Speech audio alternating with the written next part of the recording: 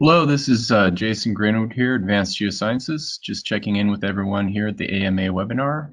Um, Hopefully you can hear me. There should be a chat interface for questions. This is the format of the webinar is Ask Me Anything. I have received a few questions already by email by attendees. I have those queued up. Feel free to ask as we go. I'll start off with the first one. Again, this is not uh, like you might see in our seminar where we start with theory and build from there. These are questions coming from all angles, and some of them are advanced and some very basic. So we'll just take them as they come in. I've got a slide on the screen right now, just the introductory slide. I'll move ahead to two slides that relate to the questions themselves. Let me pull up that first one, and I'm sharing my desktop as we go so that we can see Earth Imager 2D and 3D, because many of these questions are related to the software that we produce here for modeling resistivity IP data. First question is related to high RMS error in Earth Imager over metal conductors and poor reciprocity. And I'll explain all of those terms here. Basically, a highly misfit model, and this is typical at industrial sites where you have possibly unknown metallic infrastructure in the subsurface. And there's some, if you do happen to know where they are, there's ways of mitigating that. Let me show you some slides, and then we'll move on to why the RMS is high. So a metallic pipeline, for example. So what we're looking at right now are something that not a lot of people are aware of, that even a wooden pole would be grounded to each other. And if you're running a 2D line parallel to that, as you transmit and receive, some of that current will travel up through that grounding wire to the static wire. So the assumed potential field in the subsurface is not, your boundary conditions aren't the same. It's a very, very difficult to fit situation. This is just a depiction of a utility pole. It could be metal or wood, but again, they would be grounded for lightning protection and safety. So we're not so concerned about the EM from the power transmission, or maybe it's a telecom wire up there. What we're concerned about is the grounding and channeling of current from our resistivity line up into that. So here's three cases. How to minimize a interference from a pipeline or a metal fence, any grounded metallic infrastructure. The worst case would be if you're exactly parallel to it. That would be, in this case, those poles, and or a pipe, and they both act the same actually, even though one is elevated. The actual short circuit is elevated above the resistivity, and the resistivity line itself is these red dots down here depicted like that. So that's the worst case. We're assuming 100-meter long line here. That hatch mark there. Case 2 would be to offset and be parallel. 15% would be a good rule of thumb to be away from that grounded metallic infrastructure, and that would minimize. This is again a 2D line. The best case would be to run perpendicular. So if you do happen to have an as-built diagram of your site, or you've run a mag survey, an EM mag survey, or where the fence is and things like that, you can run perpendicular and minimize that interference. So that right off the bat, you can avoid the problem. But if not,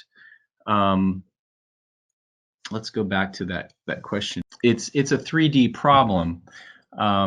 So your model domain is actually much bigger than what your signal is responding to, and this issue of reciprocity that's an additional type of measurement that let me show you. So in this slide, we have transmitter and receiver and the potential field in the subsurface. That's a homogeneous half space. So you see these nice smooth voltages emanating out from the transmitter and receiver. The V over I, the resistance that we get from that measurement and the geometry are what we use to solve for the resistivity, the ohm meters itself. If we were to swap the position that A, B, M, N geometrically with each other, all else being equal, just moving the transmitter and receiver, we should get the same V over I. Transmitter position is much more sensitive to any leakage, and that leakage could be through metallic infrastructure, and it's never the geometry is never exactly a wire connecting the two. It's always at an angle, and there's different coupling of that metallic infrastructure to the ground.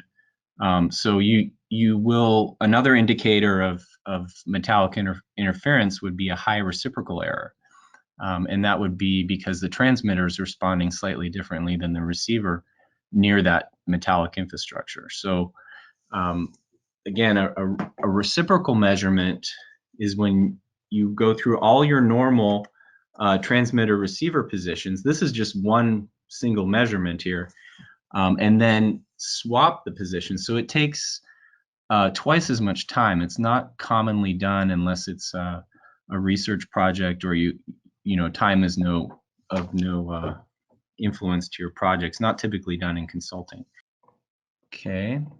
Another question has to do with inversion artifacts, high-low artifacts, I'll call them, in the inverse solution. And let me show you in Earth Imager.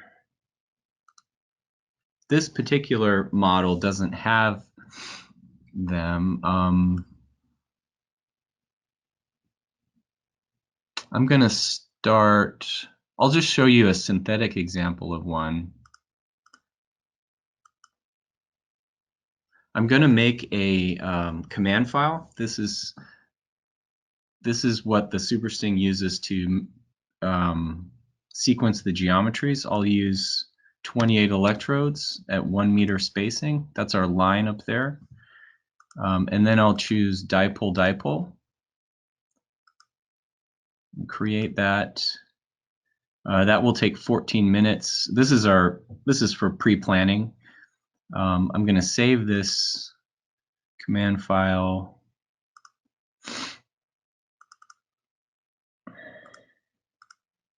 I'll call this DD28.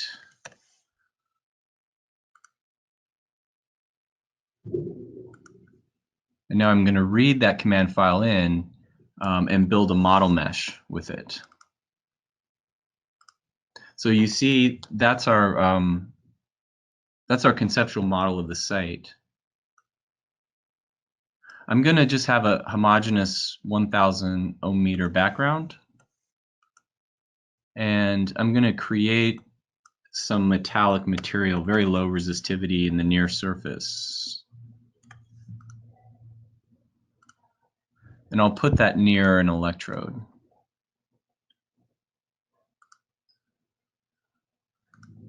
There. And we can put a target. We could also add, I'm going to add an extremely high resistivity, like a void space.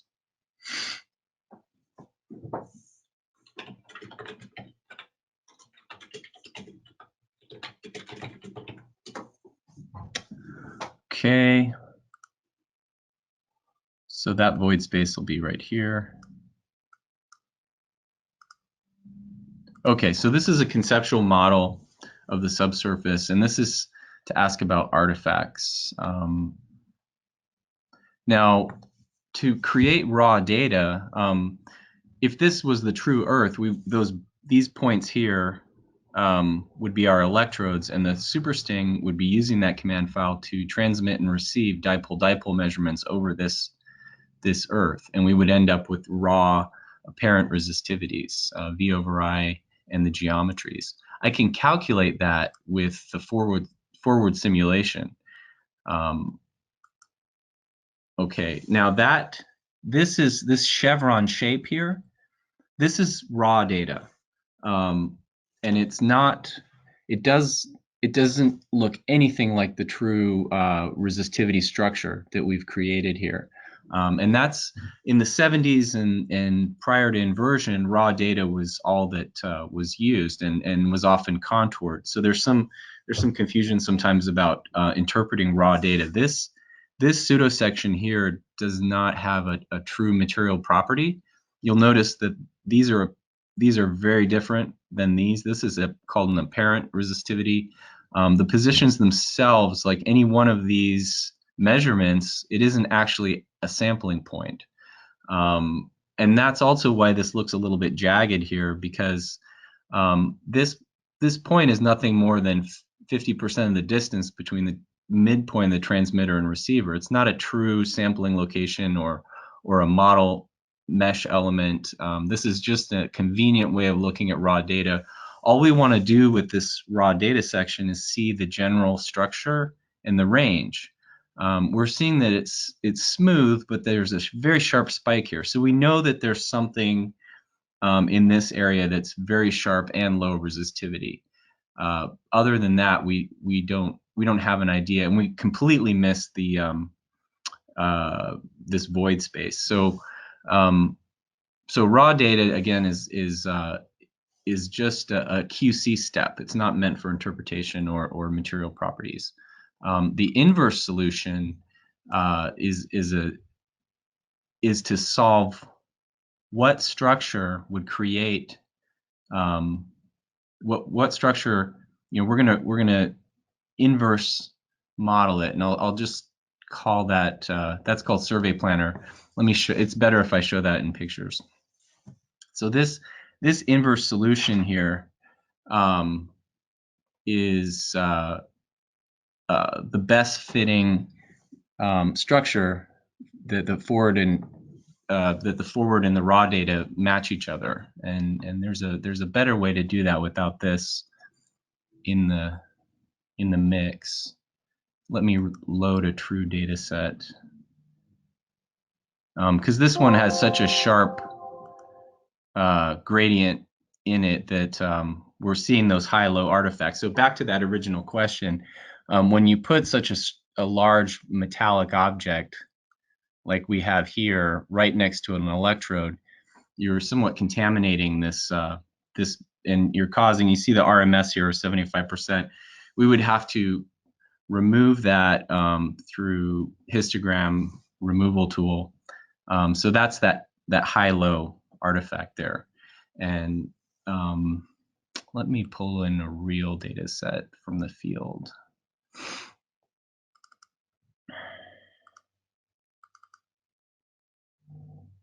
Here we go. Okay, so this is a true raw data set, and this is something you'll see quite often. There's some spikes in there.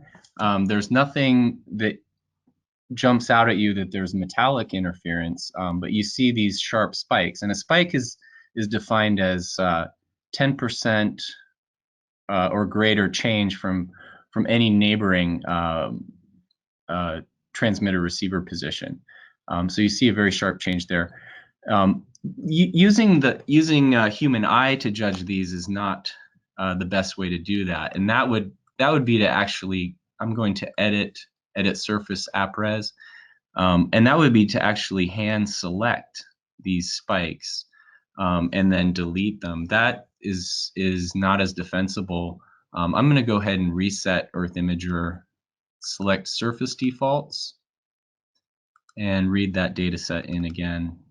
Okay, so there's a setting here, remove spikes, and then there's some filtering criteria: minimum voltage, max repeat error, general ranges for Earth material raw data, and reciprocal error. We don't have reciprocals in this particular set, but these are reasonable boundaries for the signal levels. If I go to edit, data editing statistics, you'll notice that 9.6% of this data is flagged for removal, but there's 1,453 data. Let's see, 140 out of 1,453 data points. So for 56, let's see, this is an 84 electrode survey. There is a very large amount of data. And typically you can lose up to 20-30% if it's fairly even over the entire model space. These are generally oversampled when we make those command files. That dipole that I previously made had several hundred measurements for just 28 electrodes. So right away we're going to remove those spikes, and then if I start this inversion process, you'll see that the raw data has changed a lot. It's become more smooth. Okay, so this is our forward solution. That's what we were looking at before with our conceptual model. Our conceptual model is down here. The RMS here is 44%. It's a very poor fit. This does not look like this. Numerically, this is 44.46% different than this. We have stop criteria built in. All of these settings work for surface data sets 9 times out of 10. These are all interrelated. That's why we have these parameters preset cross borehole. These are for conductive or towed arrays. But the surface is a very good data set that searches for the smoothest solution in this inverse structure that best fits this forward solution. This is the raw data calculated over this that best fits that. So there's quite a bit of misfit. If we were to look at the scatter plot of that, you can see this is our measured apparent resistivity versus our predicted apparent resistivity. And there's a lot of outliers here. So to do this in a procedural way without hand picking, again, we can look at where the error is. If we go to view convergence data misfit here, we can see that there are some outliers, but we don't want to hand pick those. Like I could select that and hit delete. It's better to do it numerically, and that would be with this histogram tool. So I've just pulled that up, data misfit histogram. This blue line, I'm moving the left and right arrow keys on the keyboard. That is our cutoff threshold. So you can see a relatively small amount of data is responsible for a great amount of misfit. And those are those points here, the orange ones. So there must be some high contact resistance, perhaps a loose stake here, but not all of the data from that area is bad. So we want to do this numerically. And a conservative way of doing that is to remove 5% of your total data per rerun. And you see that goes from 8.8% here to 4.7%. And that's responsible for 70 to 200% of the misfit. That's a huge amount of misfit for a relatively small amount of points. So I'm going to click remove noisy data.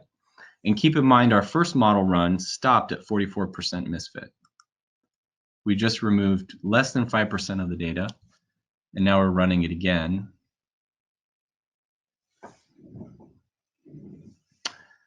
And we've jumped to 20%, still running, 19%, until we hit one of these stop criteria that's aimed at preventing artifacts, such as change in RMS per iteration step. Okay, so we're almost there. I want to reach 10% or less RMS. That's common in industry as a goodness of fit statistic. You can see now that the synthetic forward solution is much more closely matching the raw data. But again, this structure, you see these values here, the 272 to 6682, those are not the same as your inverse solution. These are the ones you will interpret. This is a QC step. So once we get the final model, we're going to turn off these upper two, and we're going to set this up how we want to see it in the final report. I can tell you this is a groundwater exploration project. They're trying to avoid clay. These are looking like clay lenses right now. I'm going to look at that cross plot again. Still quite a bit of scatter. Go to histogram. Remove noisy data and run again. I could do this a lot quicker, but I'm just explaining all the little steps. Typically, you can do this at a vehicle or wherever you have your laptop on the field side and QC your data before you demobilize.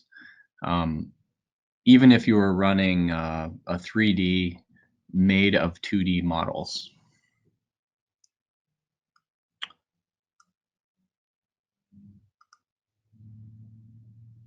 Okay, now we're at 13%. One more run.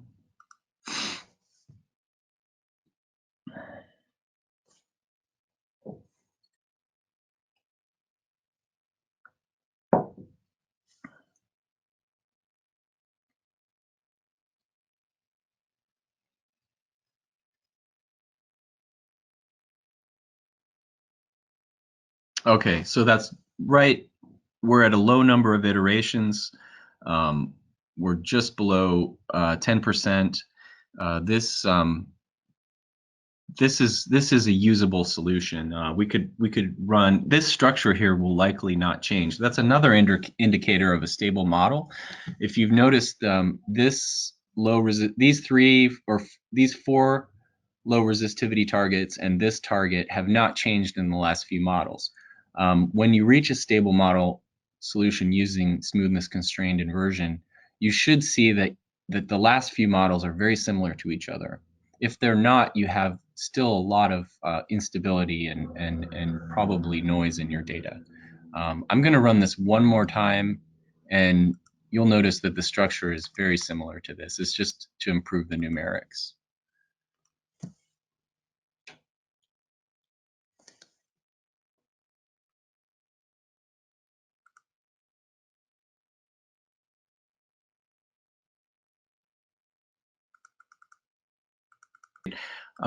This is a good final model. We would save this JPEG in our folder here. I've run 10 trials here. Can change resolution. We can go non-compressed, different JPEG formats. As long as I'm viewing this, I can also export XYZ format. Because this is what you want to interpret, this model space here, and you want to make sure that this information is clipped off. This is a boundary condition. There's flow across it, but very little data. This is a no flow boundary. This is the worst constrained part of your model where I have the pointer right now. This clipping boundary aspect ratio of 1 is good if you don't have any topography added there.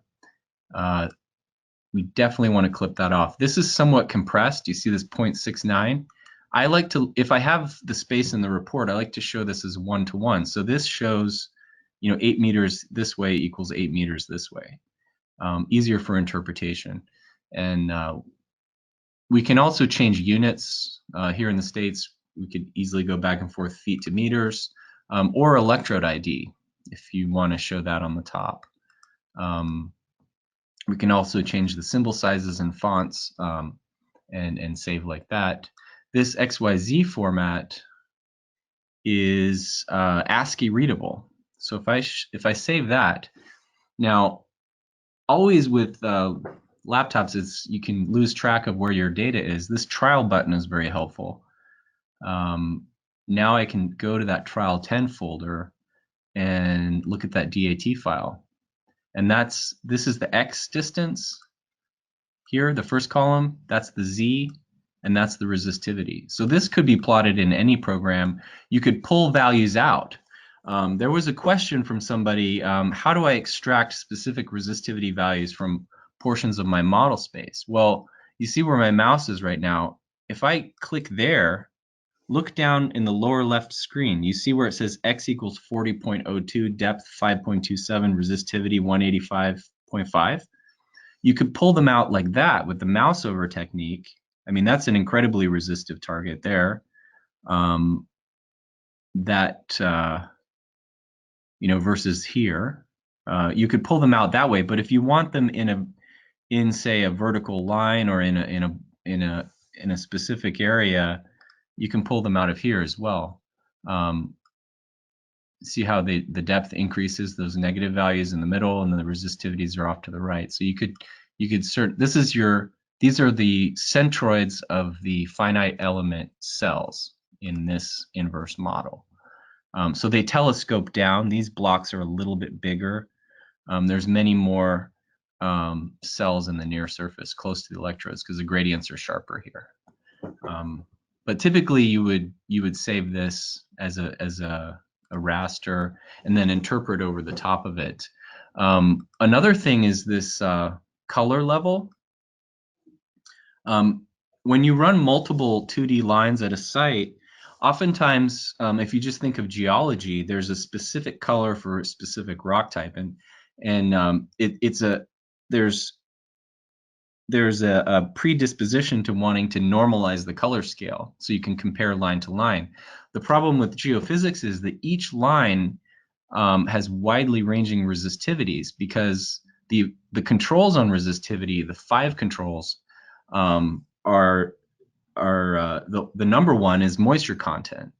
And so if you have slightly different moisture content in one part of the site versus the other, you shift the resistivity. So it's better to actually show each one with a unique color scale if you're showing them as 2D lines.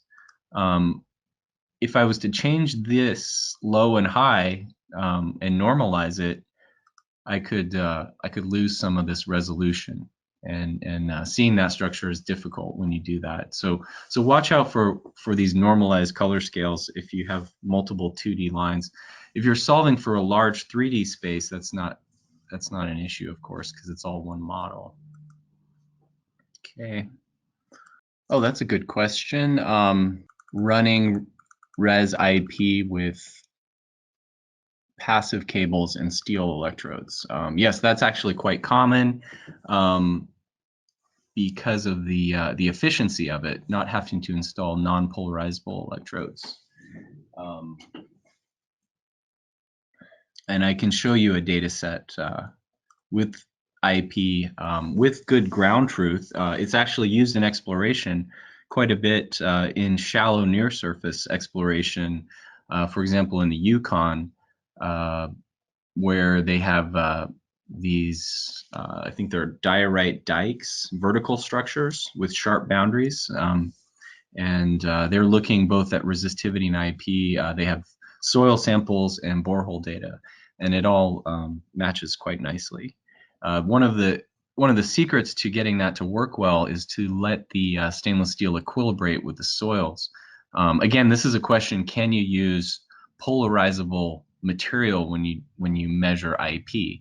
And that is always risky, but it works quite well if you let the stainless steel equilibrate. So they install the stakes, they wet them with salt water, and then they let them sit. Actually, this particular client lets them sit overnight because this permafrost area, which is pretty extreme. I've heard of other people letting them sit for 15 to 30 minutes, and the voltages tend to relax to a base state, and that would give you better SP and couple. They would couple a lot better. So if you have a reasonably strong target with IP, such as a landfill or a massive sulfide deposit, these diorite dikes in the Yukon that I'm talking about, we have a case history under our case histories tab on our website for Yukon, and that's all measured with stainless steel with passive stakes. So it's definitely it's literally a a measurement switch on the supersting if you're running regular res. It will take quite a bit more time. Okay, there's a question here about dry soils in the vadose zone and these stainless steel electrodes. Actually, to have the highest signal, you want to moisten the soils around the electrodes, and then again let them equilibrate. If you can't lower your contact resistance reasonably, you can use some other techniques besides salt water. A 2% salt solution is excellent. You could use a foil pit, which is a small, say, a few inches dug out, and a sheet of foil about the size of a dinner plate put down. Then you add back the soil and drive the stake through that. So that increases your surface area. The warning on that is not to make the foil too large, not more than 10% of your electrode spacing. So if you're running half-meter electrode spacing, you don't want to put down more than 10% of that. It would be a very small foil pit in that case. And then electrode penetration as well is limited by your electrode spacing. So again, 10%, because otherwise you're incorporating that metal into your near surface measurements. So dry soils wouldn't necessarily improve IP using a polarizable electrode. Because again, you want to have the maximum current injection and have the most well coupled electrodes. So moistening them is always better, to answer that question. And I'll follow up by email if I've missed anything on those questions. But thanks again, everybody, for checking in on this Ask Me Anything. Again, we're going to do more of these, maybe even once a month or more. So it's kind of the way of the future, I think, to do more of these video and conferencing and webinars, and then take the best of the best and put them on our server so you can access them later. So these case histories and questions you come up with could very well end up being used for that. So thank you very much, everybody. Hope you have a good Thursday, and we'll talk to you next time.